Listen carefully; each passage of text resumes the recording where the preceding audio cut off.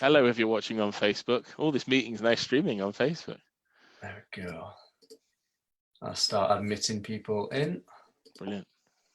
I'm shutting up now anyway. Speak to you in a bit. Yeah.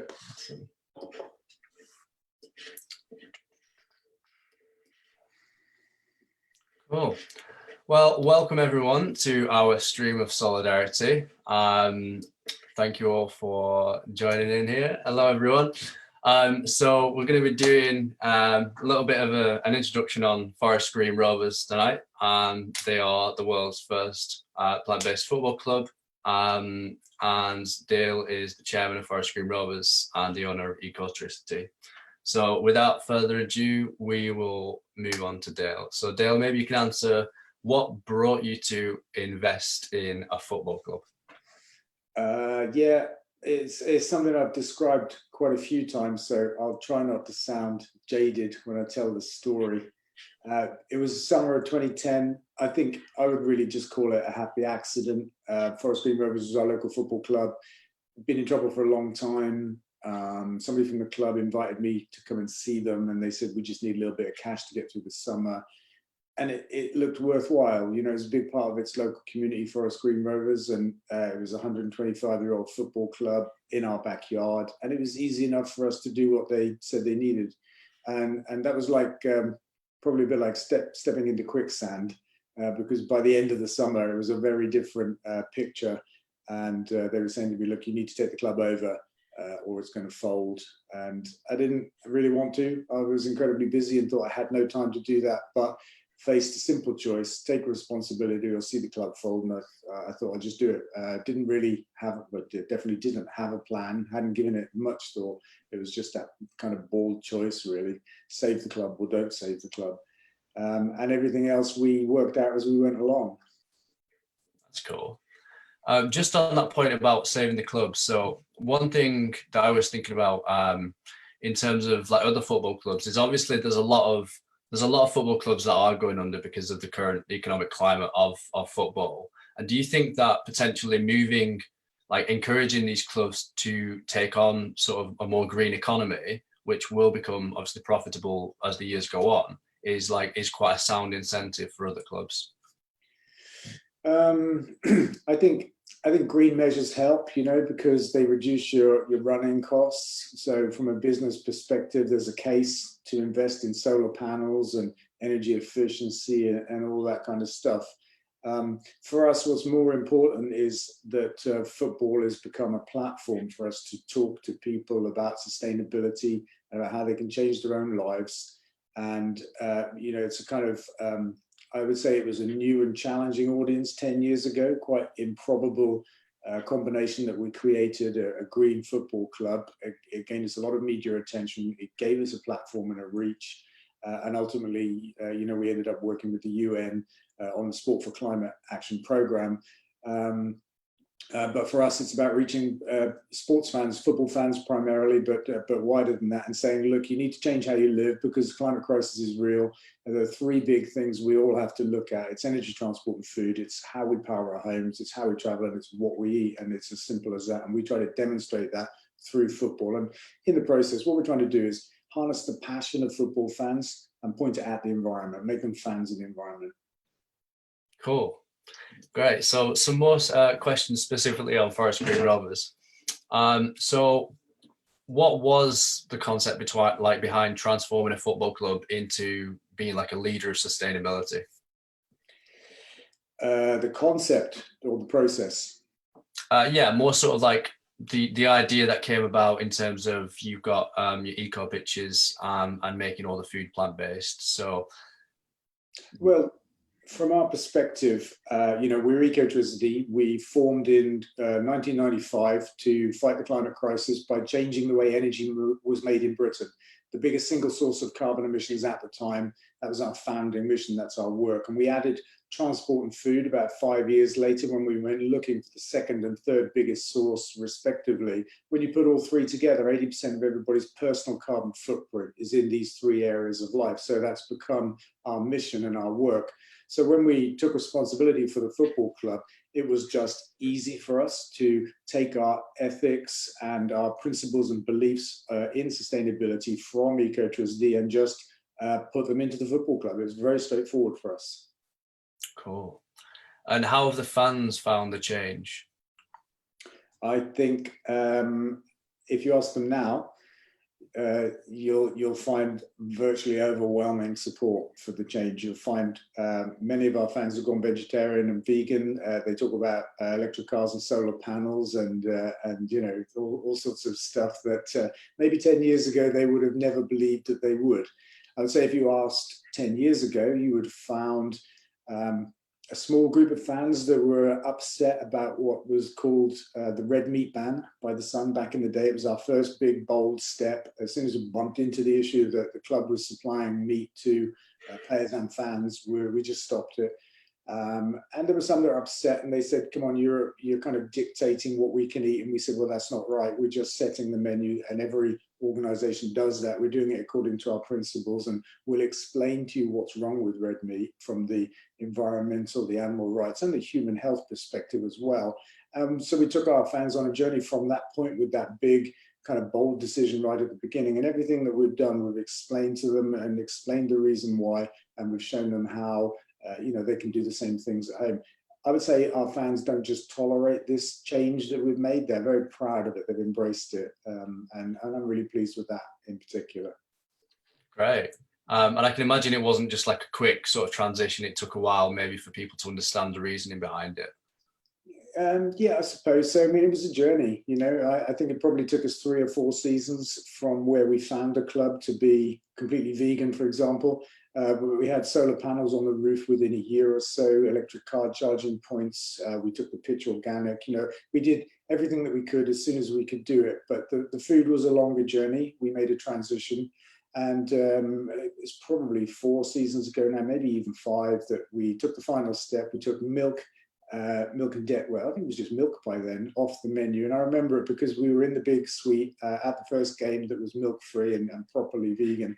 And we put on a range of milks for everybody, oat, soya, almond, that kind of stuff, so that they could, you know, try the alternatives. And I remember the conversations with fans. They were, bless them, you know, really reasonable about it. I remember a guy saying to me, can't we even have milk in our tea now? You know, and I explained what was wrong with the dairy industry. And honestly, he was shocked. Everybody was shocked. You just have to tell them how the dairy industry works. And people don't know that. Oat has become the really hot favorite milk replacer, I would say, oat milk. And, you know, it's just normal now for us at Forest Green and for our fans. It's just normal. It didn't take long, really, I would say. It hasn't been hard.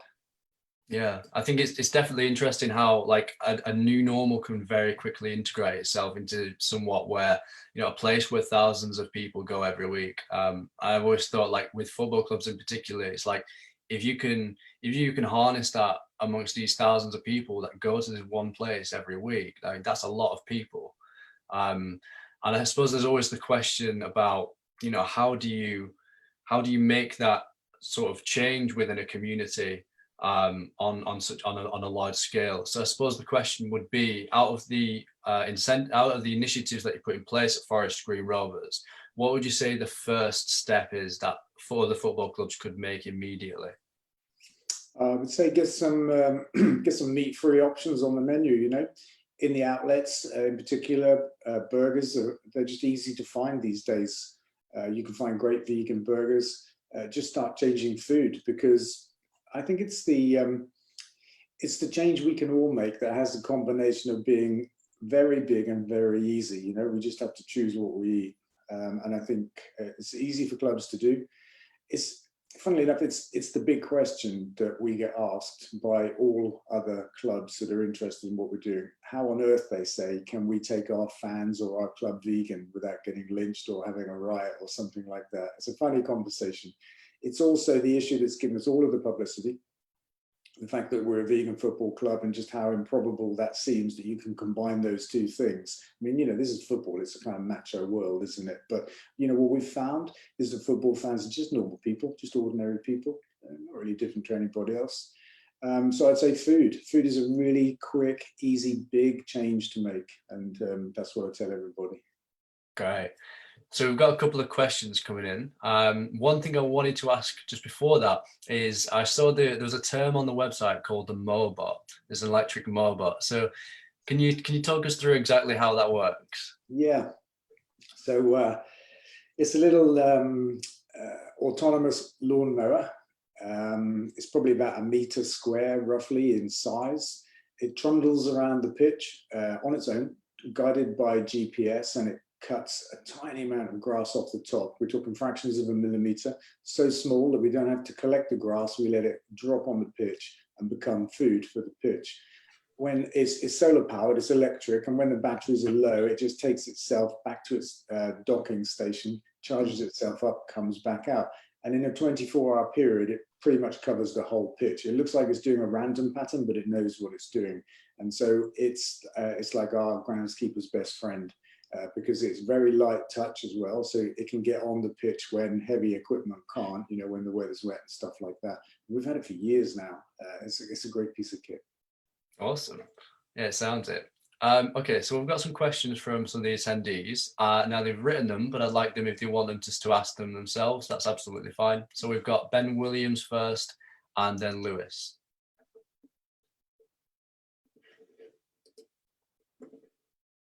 Would you like to speak, Ben?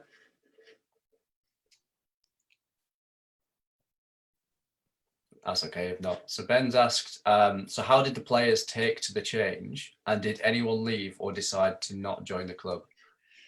The players have been the easiest audience of all. They took to it straight away, and we talked to them about the health benefits of not having meat, and how elite athletes, professional athletes, increasingly, I mean, now it's even more so, but even back then, we could point them to the fact that there was science behind it and good examples behind it. It's just not what you do if you're an athlete. And these are professional footballers. They want any edge that they can have, any 1 or 2% they can gain from sports science, sports medicine, training regimes, that kind of stuff. So they were just very open to the whole thing straight away. I would say we've never had a player turn us down because we're vegan. Quite the opposite. I would say that it adds to the appeal of the club, that we're very modern and progressive. We're seen that way. And we've attracted players of a kind of quality that Forest Green never would have done before if it was just a conventional football club. That's interesting. Okay, so we've got another question from Lewis. Would you like to ask your question, Lewis? Yeah, sure. As I'm an international football business student, so looking at Forest Green Rovers, it's kind of intriguing to me because it is the first of its kind. And talking about taking everything to plant-based and vegan, I'm just wondering if it did have, if like the hospitality income did take a hit from it at first, or did it not really affect it? Because I know with lower league teams, stuff like hospitality income can be quite a big revenue stream. Yeah, it's a good question. And I remember back in the day when we said we were doing it, some of the old fans of the club, the people that were running the club in particular before us, they swore that we would kill the club, to use their own words, if we did this, that nobody would come to the games, nobody would come and eat, there would be no hospitality. And you know what? It turned out to be the exact opposite. People come to the club because of the food. We've got a reputation for great food. It's not about the fact that it's got something missing in that it's meat-free or something. People come because it's really great food. And we've seen a 4-fold increase in fan base in the 10 years we've been doing this. And I think the food sales have probably increased by more, like 6-fold or something like that. So I would say it's intuitive to think that you might put people off by making this kind of diet choice, but our experience has been the opposite, that it's attracted people. We have fans of other clubs all of the time. I bump into them at games and they tell me, they introduce themselves to me. They say, look, I'm a fan of Wolves or something like that, but I heard about your club and I had to come down and see it for myself and try the food.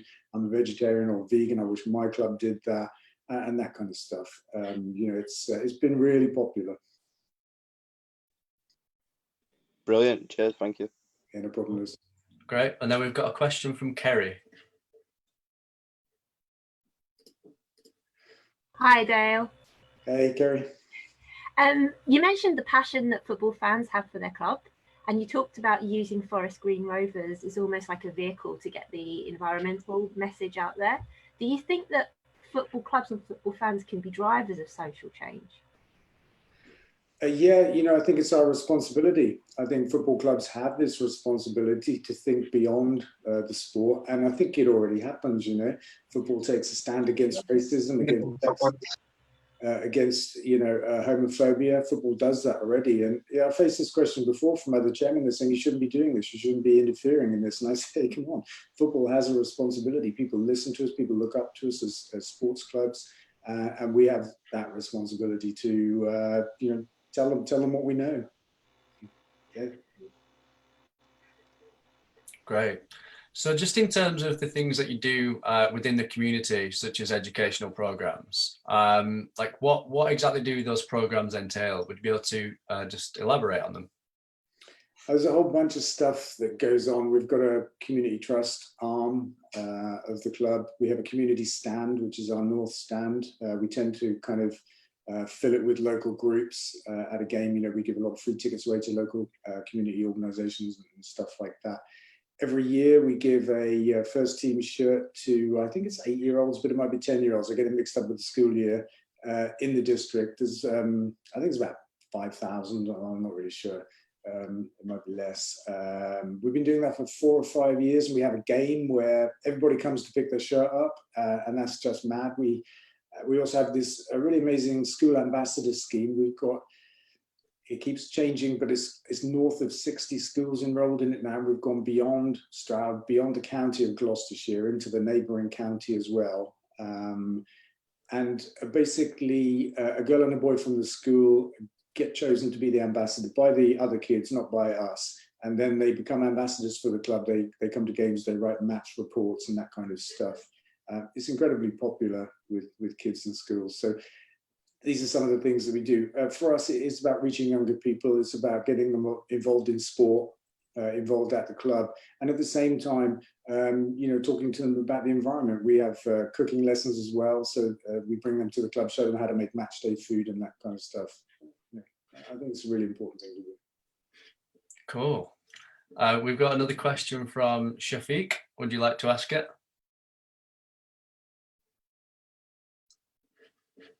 Right, I was unmuted. Can you hear me clearly? Just. Can you hear me now? Yes. Okay, the question I've got is, since changing to vegan food, has there been an increase in cultural diversity in your supporter base, as in you're finding more Asian people going to your club? That's not something that we've noticed, actually, but what we have noticed is a changing demographic in terms of gender and age. We've got a younger, more gender mixed audience coming through. People are bringing their families to the club as well. So it's not just younger people, but it's kids as well. We've just created a more family-friendly atmosphere. I haven't noticed anything in terms of ethnicity, but that may be a function of quite where we are, in Gloucestershire, in the Cotswolds. It's a fairly white place. Let me just say that. Okay, thank you for that. Okay. Yes, thanks for that. Bye. Yeah, no problems. Cool. We have a question on Facebook from Lewis Todd, which is, how did you find, or did you find any talks about the ethics or consuming animals with the players? Was that difficult at first, or did it happen organically, or were there any jokes or bullying? Did you provide any presentations with the players? Mm-hmm. Sorry, is the question about the players? Yes. Yeah, players are really straightforward. Like I said before, they look at it from a performance point of view. We've got them interested as well in sustainability issues. I mean, a number of our players have gone vegan themselves full time. So just to explain, when players join us, we don't tell them they have to be vegan. It's not in their contract. When we say we're a vegan club and our players are fed vegan food, we mean when we feed them, which is 5 times a week maybe, it's vegan food, but what they do at home is up to them. But several of our players have gone vegan themselves because of the impact on them, the experience they've had eating vegan food and training, and taking their families vegan with them as well. So it's had that effect on them by them trying it themselves. Excellent. We have a question from Decky. Hi Dale. Hi there. Hi there. Do you think clubs should be quicker on the uptake now that you've set the blueprint since 2016, 2017 of more environmentally friendly practices and implementing vegan foods and practices in their clubs? Do you think that now that you've led the way, that it's easier for them to do now, and they should probably be doing it at a quicker rate? Yeah, I think I would like them to be doing it at a quicker rate. I think we probably have made that a little bit easier. We've kind of broken down some barriers, and the kind of publicity, the PR around what we've done as a club has been, I think, helpful. We're seeing it in other clubs. Chelsea, just before the lockdown, introduced a vegan catering outlet, exclusively vegan, for example. I think that was a big step. And other clubs doing bits and pieces. Some are running on green energy. We have lots of inquiries about organic pitches, mobots, and that kind of stuff. So there's great interest among football clubs, and I would say rugby clubs, cricket, tennis, and through the UN, we've engaged with sports bodies globally through this Sport for Climate Action program that we're a founding signatory of. And that's given us a global reach in terms of being able to have that influence. The UN spotted the work that we were doing about 3 years ago and came to us and said, we'd like to do something like this on a global scale. And we worked with them and a few other organizations to create the program itself. So I would say that it's not just other clubs that we've been able to help pave the way for, but sports organizations all around the world. Oh, that's cool. Sorry, quickly, just to lead on from that. I mean, I'm living in very central London, and I would never have thought about supporting a team all the way out in Gloucestershire. And obviously with your unique selling point now, you're reaching so many more people. But as clubs do take on these practices and hopefully turn vegan clubs themselves, you'll always be the original. You'll always be kind of, I suppose that, yeah, the party starter, as it were. So you'll still have that. And I think that will be a big draw to future fans as well. Yeah, thank you for that. We're seeing exactly that happening for us, and not just around the country, but around the world. We've got fan clubs that have self-formed, about 100 of them around the world, groups of people that have seen the Forest Green story. Some of them are football fans, some of them are just fans of the environment, but they've come together and formed fan groups, got in touch with us. Quite a few of them come to games a couple of times a season. We've got a regular contingent from Norway, for example, and Germany and France. And I like to think that we haven't just created a new kind of football club. What we've done is create a new kind of football fan. People that are passionate about football and passionate about the environment, including animal rights. And I think for me, that's one of the most wonderful things that we've done. Yeah, that's awesome. Thanks very much, Dale. Yeah, cheers. Thank you for that, Decky. We've got a question from Elliot Warsaw. Hi guys, can you hear me? Yes, gotcha. Excellent. Hi Dale, nice to meet you, mate. Yeah, So Brighton fan here, and I'm from a newly formed Extinction Rebellion football community group. We're looking to bring together the UK footballing community and the environmental community. So we're obviously all big football fans. That's what binds us, and we also care about the planet. And we think that it's important for people to know that those two things aren't mutually exclusive.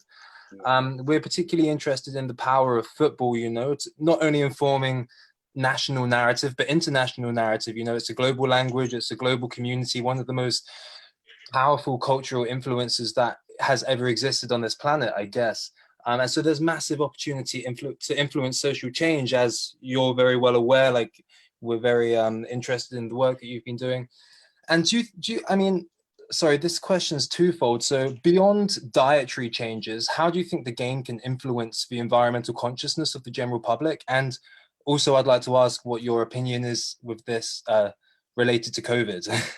Like, if that's changed the opportunity. Sorry, there's a lot to unpack there. But generally, like, beyond dietary requirements, like how we can affect the public consciousness to make them realize that it's cool to care about the planet and other people and animals and all this kind of stuff. Well, look, we have a kind of simple way to present this to people.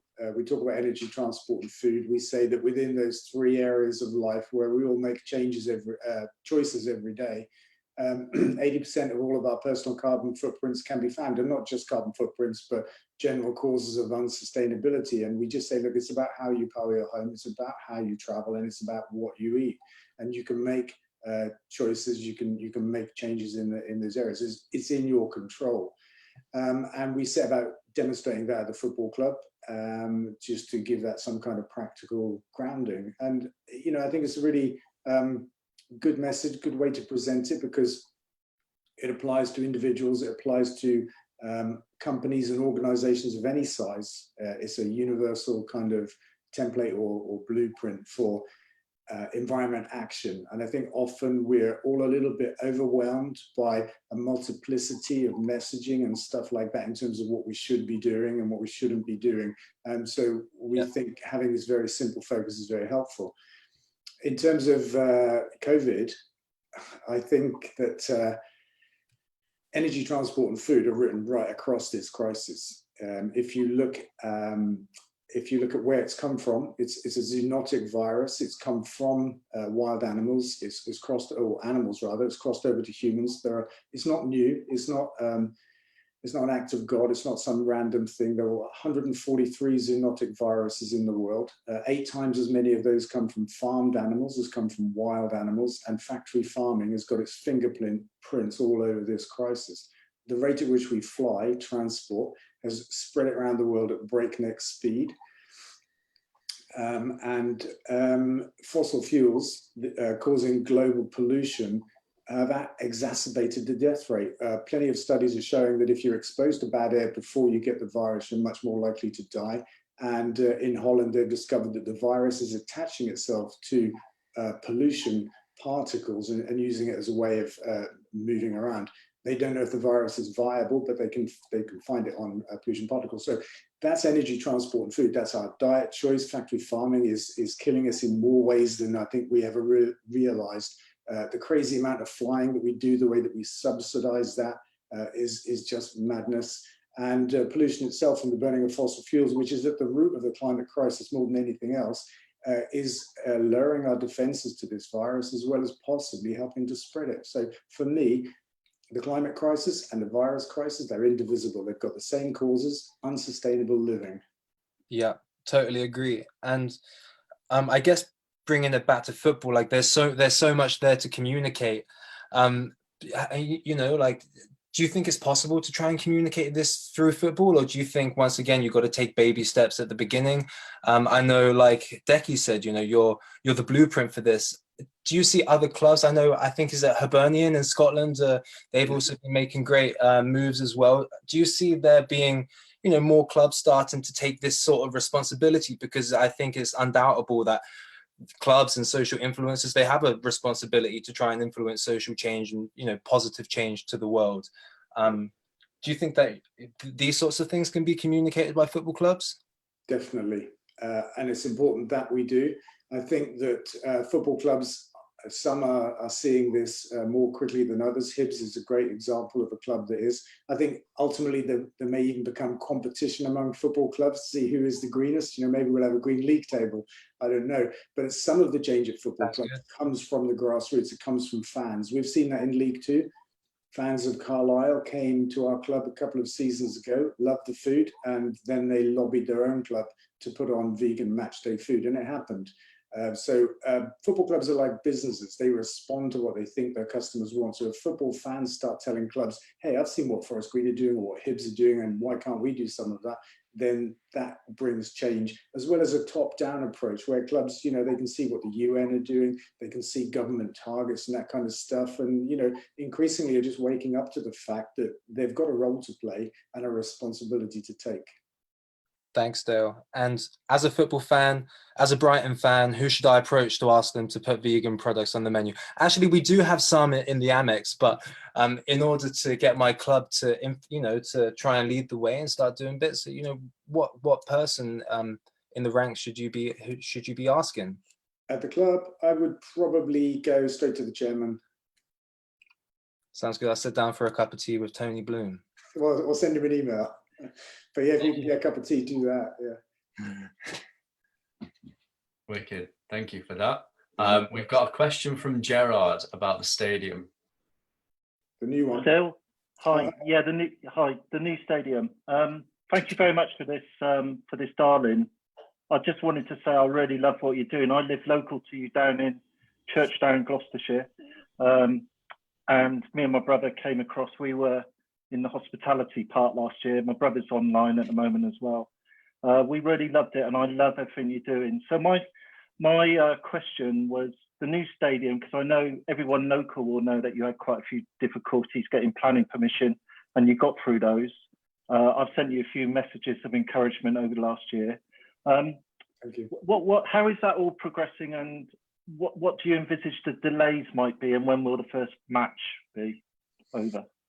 Well, today I signed the 106 agreement with Stroud Council, which is almost the last step before they can formally issue planning consent. We were granted consent in December, just after the election result. The new Tory Secretary of State stepped in and said he may call it in.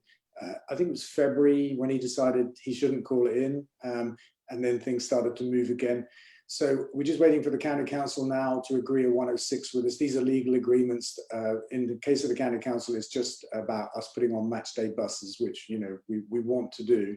So there shouldn't be a blocker. So I would think that we'll be holding the piece of paper, the planning permission, literally in maybe a month, maybe 6 weeks. But it's kind of like a formality from where we are. So we're just going back into planning now to look at the business park element of the bigger plan. If you may be aware that when we first conceived of it, it was a football stadium, it was a green tech business park for 4,000 jobs, restoration of a piece of missing canal, creation of a wetland, and all sorts of other kind of eco initiatives. It was a big kind of joined up scheme. We're just putting that back into planning now, and at some point, probably on the other side of lockdown, we'll start talking to the architects about the detailed design of the stadium. So what we've got is planning permission in outline terms, and now we have to do detailed design, which will require planning consent again. But again, that's more of a formality than a challenge. So I'm not worried about that. I think that'll take 12 months from when we start. And then I think the architects, last time I spoke to them, they said it would take 2 years to build. So our best case, if we start now, is probably about 3 years. So it's still a kind of long burn project, but I found that everything that needs to be done is like that. My first windmill in Stroud took 5 years. I'm not seeing that anything's easy on the environment front, but we have to do it. Okay, that's brilliant. I'm in the Royal Air Force, and I leave work in 3 years, leave the service in 3 years' time. So maybe if you're looking for someone to support you and do a bit of admin, I'm there for you. Thanks very much. I'm really enjoying it. Thank you. Thank you. Brilliant. Thank you, Gerard. We have a question from Michael Kennard.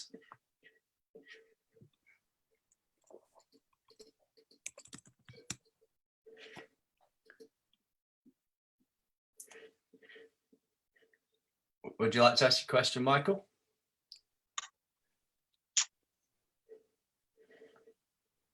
Okay. Well, Michael's question was, so how many clubs, it might relate to another question that's been asked, how many clubs have expressed their interest in the methods that you've implemented, but more in particular, like high profile clubs? So we started a conversation with Chelsea off the back of the vegan outlet thing. And before the lockdown, they were planning to send a team down to have chapters about the other stuff we're doing. We hosted a team from Norwich probably 4 or 5 months ago now at a game. They came down, probably 10 of them. I would say they're pretty interested in what we're doing. We've had chats to clubs like Liverpool, some people at Man City, the groundskeeper at St George's, the England training ground. We've kind of met them, shown them our pitch, talked to them about how to go organic. I haven't counted them, but I say Premiership football clubs, England.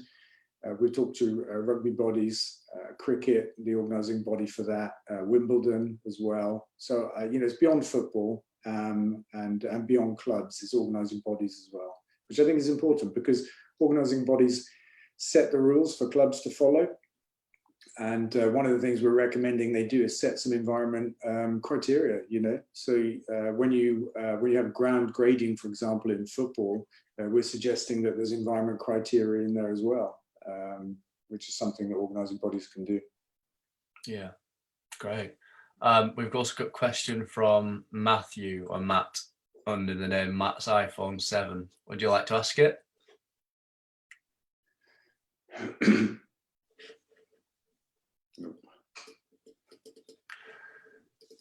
Okay, Matt asked, so yeah, basically how would, as you hopefully get promoted up the Football League, how do you think that will affect sort of having a bigger pull and like lots of people from, like how do you maintain this culture that you've ingrained in the club as you grow and like inevitably bring in more people from different backgrounds? Like how do you ensure that this sort of distributes among fans if you like I say, intend to get more fans as you move up the table? Yeah, I mean, we see promotion as being beneficial, being kind of part of our journey. So we're in League Two now. We got promoted nearly 3 seasons ago, and that was a really big step for us. We gained a lot of publicity from that, a lot of exposure, and we ultimately aim to get to the Championship, which is 2 more big steps from here. But we see that as being sustainable in our new home, Eco Park. We think we've got the catchment for it. The stadium will be big enough for 10 to 12,000 people. We think at that size, in that location, we can sustain ourselves in the Championship. And that would give us an incredible platform to talk about these issues. In terms of the audience itself, I mean, we want people just to come and watch football. And, you know, they won't be able to avoid the environment as an issue because that's what we do. We're like a stick of rock. If you break us, that's what's written in the middle. But we don't preach to people. We don't tell them what they have to do. I'm not worried if people come to watch football and they don't make any changes in their own personal lives. There's no pressure on, but that happens. You know, it's like a process of osmosis. You can't be close to the club and not have it affect you. That's just how it works. Yeah, I would agree with that, definitely. So just on that, we have a question from Andrew Lohman, which is about about the nuclear disarmament. Would you like to answer it, Andrew? Hi, can you hear me? Yeah. Yes, can you hear Yeah. 40 years ago, I joined the campaign for nuclear disarmament. At the same time, and rather unusually, the Hunt Sabs joined as well. Brought lovely vegan food to us. We all got involved in sabbing, some of us sabbing, some of us breaking law on anti-nuclear environmental things, and a lot of inner strength within ourselves came out of it. Have you felt that in the club because of your sort of slightly anti-establishment way of working? I think I would say that's how I feel myself. That's how I felt most of my life. I was at Molesworth back in the day, protesting to prevent US cruise missiles being stationed there. I don't know if you're familiar with that. But I am. I rubbed shoulders with CND people there, and Hunt Sabs as well, actually, and you know, some anarchists and some convoys, travelers, and people like that. And you know, I've always just been the way that I am, and I draw strength from my own conviction and doing the things I believe in, speaking up for them. You know, against anybody, against any amount of odds, and I think there is strength to be drawn from that. But I can't help myself. That's the way I am, and you know, we're having, I would say, great fun at Forest Green Rovers because we are changing the way people think about sport and about football and about the environment, and doing it in a fun way which engages people. So. You know, I never imagined that it would be like this when we said we'd just rescued the club back in 2010. I had no plan, as I mentioned before, but I had no imagination either that it would turn into something quite like this. And, you know, what I think it shows me and it shows, you know, us is that actually sport is a great medium for communicating with people. It's a great way to do that. Okay, thank you. All right. I don't know if I answered your question, but I tried. Yes, it was a chat really about the feel, the culture. Yeah. Thanks. Yeah. Oh, yes, you did say how. Well, no, maybe that's somebody else's question. But culture is a really important thing, and it's really important to us. But we never lose sight of what we stand for and what we believe in, and that's always more important to us than, let's say, money, for example. And it's a very easy stand for us to take in that respect. If we don't believe in something, we simply don't do it.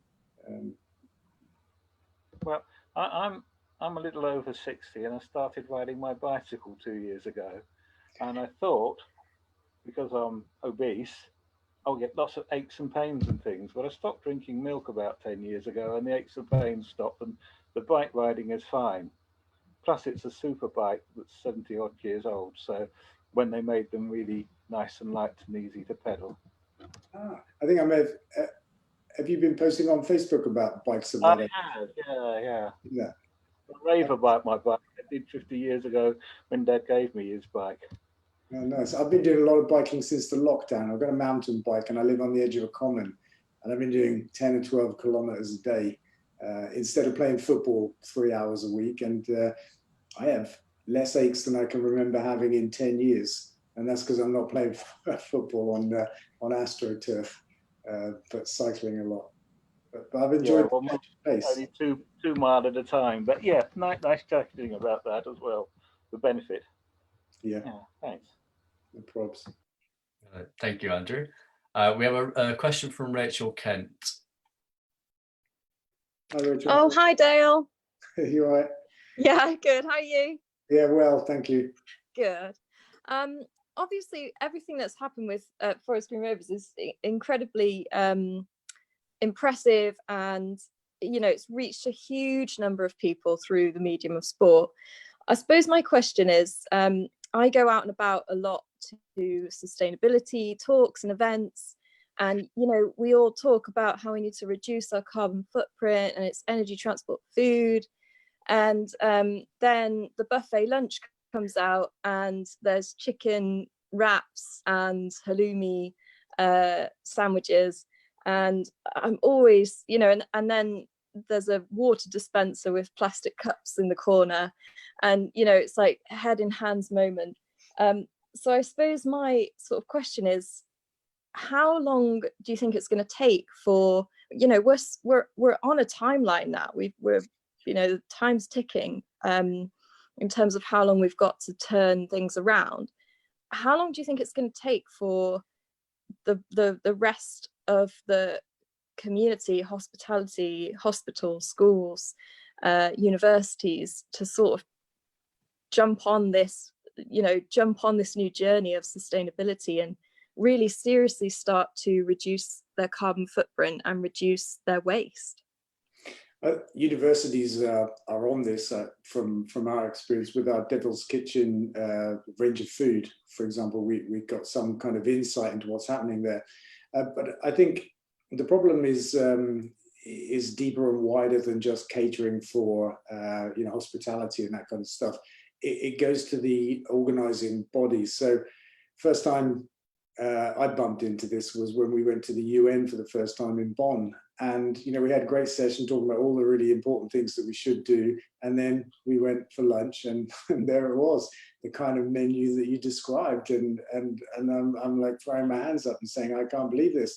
And the people from the UN said, look, we're sorry about that. We kind of don't control this, which I thought was a little bit, say, unfortunate. But they realized that they had to do better. And, more recently, I was asked to go to UEFA to talk to them about sustainability. They called in people from member organizations to have a seminar on sustainability. And when we checked the train times, it was like, I think it was a 2 or 3 day journey to meet the schedule of timing.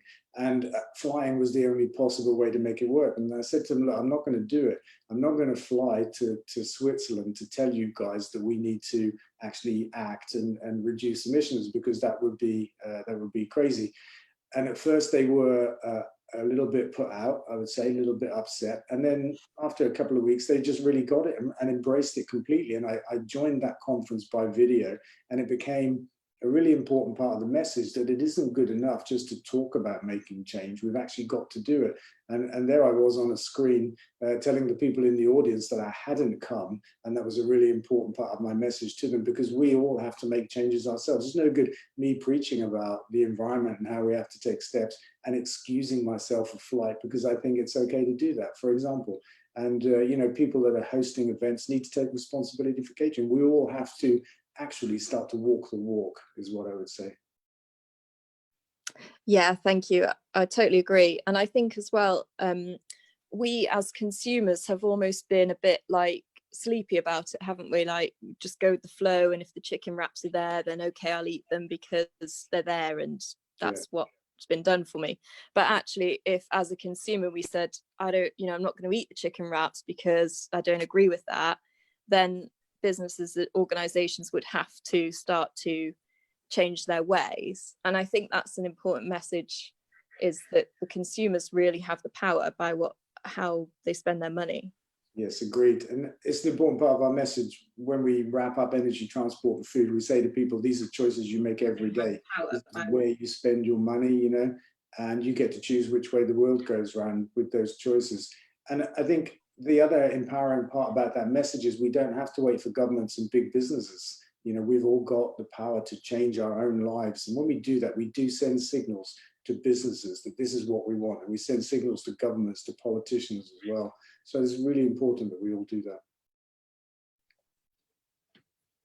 Yeah, I agree. Thank you very much.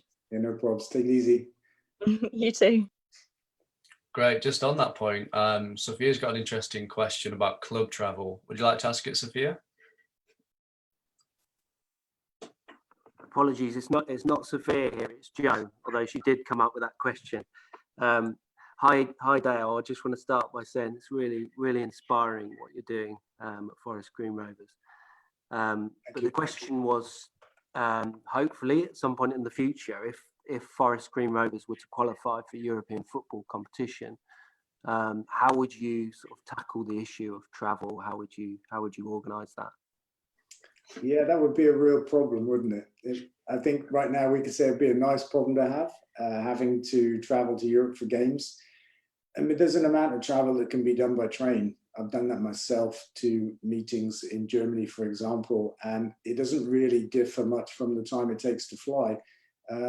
It's just a mindset thing, you know. Too often people just jump on planes because they think it's going to be the quickest and the easiest. But if you do a proper comparison of how much time you spend driving to the airport, parking, queuing to check in and all that kind of stuff with the train, you find it's very comparable. So I went to Bonn, for example, in more or less the time I could have flown there, but I had a lovely train ride.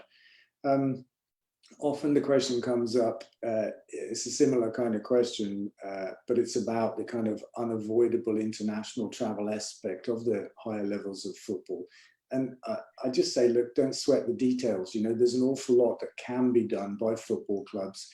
And if there has to be some occasional flying, that's not the end of the world, actually. Before we get to that point, there's an awful lot of heavy lifting that can be done, actually. You know, before we need to agonize over that. And too often people take an all or nothing approach, particularly, I would say, people that are looking to criticize or downplay or deny issues and the need to act. They say, yes, but if you do this, that kind of unjustifies the whole message or something. And I say, no, it doesn't. You know, we mustn't let perfection be the enemy of good or the enemy of making changes and taking steps. So there's an awful lot that we can all do before we have to worry about the occasional essential flight. Myself, I haven't taken one in quite a while, and if we reach a time when we have a European game that we just can't catch a train to, that might be a bit painful. But 10 years from now, there will be electric airplanes for short-haul flights. Both Boeing and Airbus have them in R&D, and they both say they'll run scheduled services within 10 years. So, you know, maybe that'll become just good for us. We'll be in European football in 10 years' time and we can jump on an electric plane. Great, thanks for the answer, Dale. Yeah, no problems. Well, it's interesting that you mentioned that about Airbus, because there was a question in the Facebook feed about obviously Airbus announcing that they were going to be working on new airplane engines. And I suppose the question was like how important the aerospace industry actually is to like the sustainability of club culture. So I suppose like, yeah, sort of gone through that, which is great. If there's anything else you want to add on to that at all? Yeah, just one thing really. Aviation is like a really tricky issue for us to tackle. I think there's too much focus on it from government and from the industry as being essential to our economies. I think that's not right. But I think there are journeys that only flying is really practical for. And electrification of short haul is definitely coming, but for long haul, I don't see that happening. But there is something else we can do, which is to make jet fuel from air using carbon capture. Is synthetic jet fuel is very expensive, but I say that's a good thing because flying should be very expensive. It should be something that you just do when there's just nothing else you can do to get somewhere in a hurry. And actually, we could make flying properly carbon neutral with synthetic jet fuel and electric short haul. So there is even an answer in that most difficult of, say, topic areas, which is flying, because the answer's in cars. That's very straightforward. We can see that coming. There's a revolution on the roads. Buses, there are tens of thousands of them in the world now, electric buses. Trucks are coming out of R&D. Trains have been possible for a long time, of course. And so electrification of transport is visibly quite straightforward, except for flying. But synthetic jet fuel is the answer to the bit that we can't electrify. Great. That's a lot of knowledge there. It's great. We've got a question from Michael Truesdale. Hi, Dale. Thanks for this. My question is basically around club financing. It's really interesting to hear that Chelsea is getting involved with eco initiatives, but at the same time, they do have a lot of sponsorship by Gazprom. And we've seen in the last 20 years a few success stories like Chelsea, Manchester City, and Paris Saint-Germain, where they've really built massive success off the back of essentially oil money. How do we go about getting these companies to divest in the same way the cultural institutions like museums have managed to in the last year? Yeah, I think that's a real problem, isn't it? Because quite often that money comes in at the top. I mean, essentially that money owns the club, doesn't it? We're going to see that happen possibly with Newcastle next, with Saudi Arabian money buying the club. So I think that's a different challenge. But I guess I would fall back on my belief that grassroots power, fan power, carries influence. But having said that, I've got to check myself because we see some kind of reckless, crazy owners in football at all levels, not just in the Premiership, and they're unfazed by logic or by what people want. So I think that's a real problem. But I think that fossil fuels have had their day. I think that post the virus, there are a lot of projections around at the moment that show that fossil fuel sales won't recover, consumption won't recover, but renewable energy is thriving. And I think we'll see that accelerate. The UN are very clear. We've got 10 years to save the world. If there's one message that's come out from the government around this virus more than anything else, it's that they're following the science. And if we can carry that out the other side and follow the science on climate change, then we're going to act, much more dramatically than we have done before. So I think it's a matter of time before we can get fossil fuels out of our economy, out of our lives, and out of football. Thanks, Dale. No problems. Great. So we've got two more questions. We've got one from the Wieners. The Wieners, I hope. Hi, Dale. Sorry, I can't change that name now. It's from a pub quiz. I've got a quite pragmatic question, which you kind of answered a little bit there, but essentially, I'm lucky in my job that I get to meet some people who are quite influential and can pull the strings in quite big companies. I'm wondering still, what's the best way to talk to them about sustainability and make them care if they're not ethically interested? It's not an ethical question for them, and you're not really going to get through on that grounds. Do you have any effective ways of talking to people? I think I would try reputational, to say that this is what your customers expect, and companies that aren't seen to be acting on the environment are going to get left behind. They will be the second choice of most people. And it's also possible to appeal on economic grounds as well, because there are a number of environment things that just make good business sense. So if somebody's interested in operating costs, for example, installing solar panels, energy efficient equipment, lighting, heating, cooling, that kind of stuff, just makes good business sense. You get a very short payback, and you could appeal to them on that front. Great, thank you. Yeah, no problems. Great. So we have another question from Gerard, and we just had one more come in from Lewis as well. So Gerard, would you like to answer your question? Yeah, thanks for letting me come in again. And I was interested in what you were saying, Dale, about the electric airplanes, and I wondered whether that wasn't my question, but I wondered whether you'd be one of the first ones to trial it. Over. Yeah, I would definitely give it a go. Okay, but I have got another serious question, and I also wanted you to know that I've been selected to drive electric cars during Euro 2021. I volunteered as a volunteer, and then they asked me to be a driver, and we'll be driving around London in electric cars, picking up dignitaries. So I'm looking forward to that. Yeah, so my second question was, I've been really interested in the way that you've been standing up for Labour during the last election, and that massive flag outside your building, and all the hassle you had, and where a local politician said to me when I was supporting you that I didn't understand local politics, and I wrote back saying, I think we do understand local politics, that's why he's doing what he's doing. Are you considering medium to long term standing for Parliament, maybe? The honest answer is yes. Great.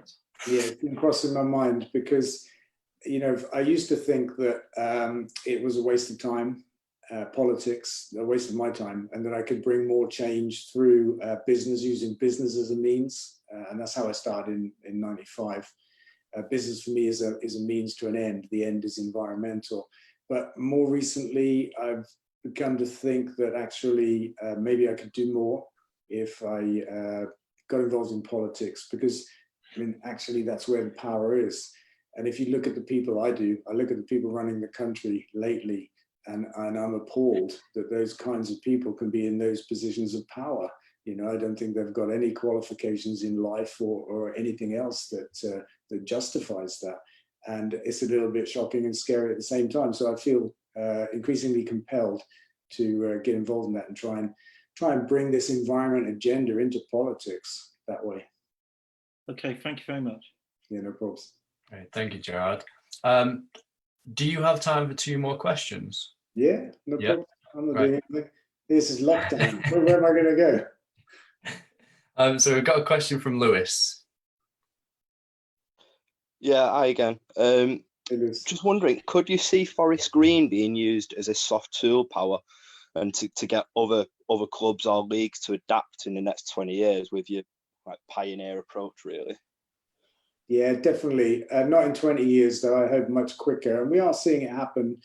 I've had a lot of conversations in England with different sports clubs, not just football clubs, organising bodies, and I mentioned before the UN. Through the UN program, we're talking to global sporting clubs and organising bodies. So I think the world of sport is completely open to this message. That's our experience of it.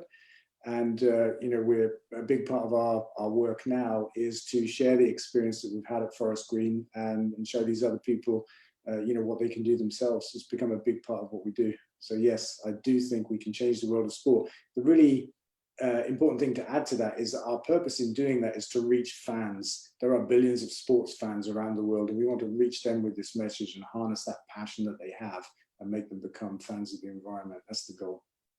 Yeah, well, hopefully that'll. Well, I'm more than optimistic that that'll be the approach in the coming years, because, as you're well aware, there's more and more people that are taking the plant-based and eco-friendly route, and with a club like yours and being used potentially as a soft power tool for others, it could really benefit. So yeah, thanks. Thanks, Lewis. Cool, thank you. And then we've got a question from Verel. Hi, Dale. Thank you for everything that you've said so far. It's been really inspiring, to be honest. So I'm a fan of Ecotricity. I've been following Ecotricity for a few months now, and I love the messaging that you put out on social media. I've got two questions. The first one is, have you found that Ecotricity has been able to influence its customers the same way as Forest Green has with its fans? And my second question is, has Ecotricity been exploring the use of green hydrogen as an alternative to fossil fuels?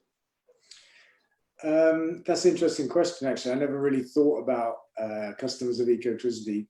I think that probably when they come to us, they're already on the path for the most part, I would say, whereas fans of Forest Green, pretty much they were not on the path. So there was a much bigger conversion job to be done. And we have a fantastic group of customers, you know, that are really committed to the work that we do. And, you know, it feels like we're really a part of something. And that's not unlike being part of a football club either, having that common purpose. So they're different, but very similar, I would say. Hydrogen, yeah. It often gets touted as the kind of, you know, the miracle answer quite frequently by the oil and gas industry. And I think that's because they have assets that lend themselves very well to the switch to hydrogen. So they would make it in their refineries, ship it in tankers, and store it in underground tanks in petrol stations. You know, it works for them perfectly. The problem with it is the round trip efficiency of turning electricity into hydrogen and back into electricity is about 50%. So we need twice as much fuel if we did it that way. And then if you compare that to electric cars that have batteries, the efficiency there is probably about 95%. So from an environmental point of view, it doesn't make sense to me to adopt a fuel that you have to use almost twice as much of to do the same job. You're taking a massive step backwards. Hydrogen has other problems as well. It's very difficult to store. It can literally pass through metal containers. The molecules are so small. And I just think that for some reason, the people that are advocating that are looking past renewable energy and battery cars. And I don't always understand why. Sometimes it's vested interest from the industry itself. And I think journalists get excited by it and politicians get excited by it as well, because it sounds like a miracle fuel. The only byproduct is water. But actually, renewable energy is the miracle fuel, and we have an abundance of it. Thank you. That's quite interesting. Cheers. No problems. Great, thank you for that. I suppose just to end on a closing question, if you're a football fan and you care about the planet, what would the first thing be that you would encourage people to do? I think these days, the thing I say to people that's easiest and biggest difference you can make is change what you eat. Stop eating animals because it's driving the climate crisis, water, land and air pollution and water consumption. And actually it's causing viruses to cross from animals to humans as well. This is just the latest version of it. But I would say stop eating animals. That would be my first port of call. Great, thank you, Dale. Have you got any closing points you want to make?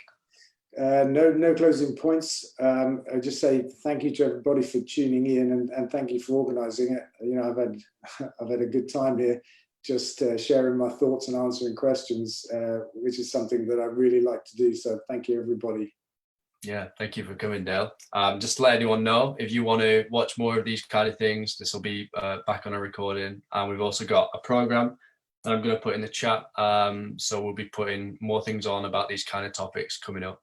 Thank you very much for coming, Dale, and see you soon. Yeah, pleasure. Thank you. See you all.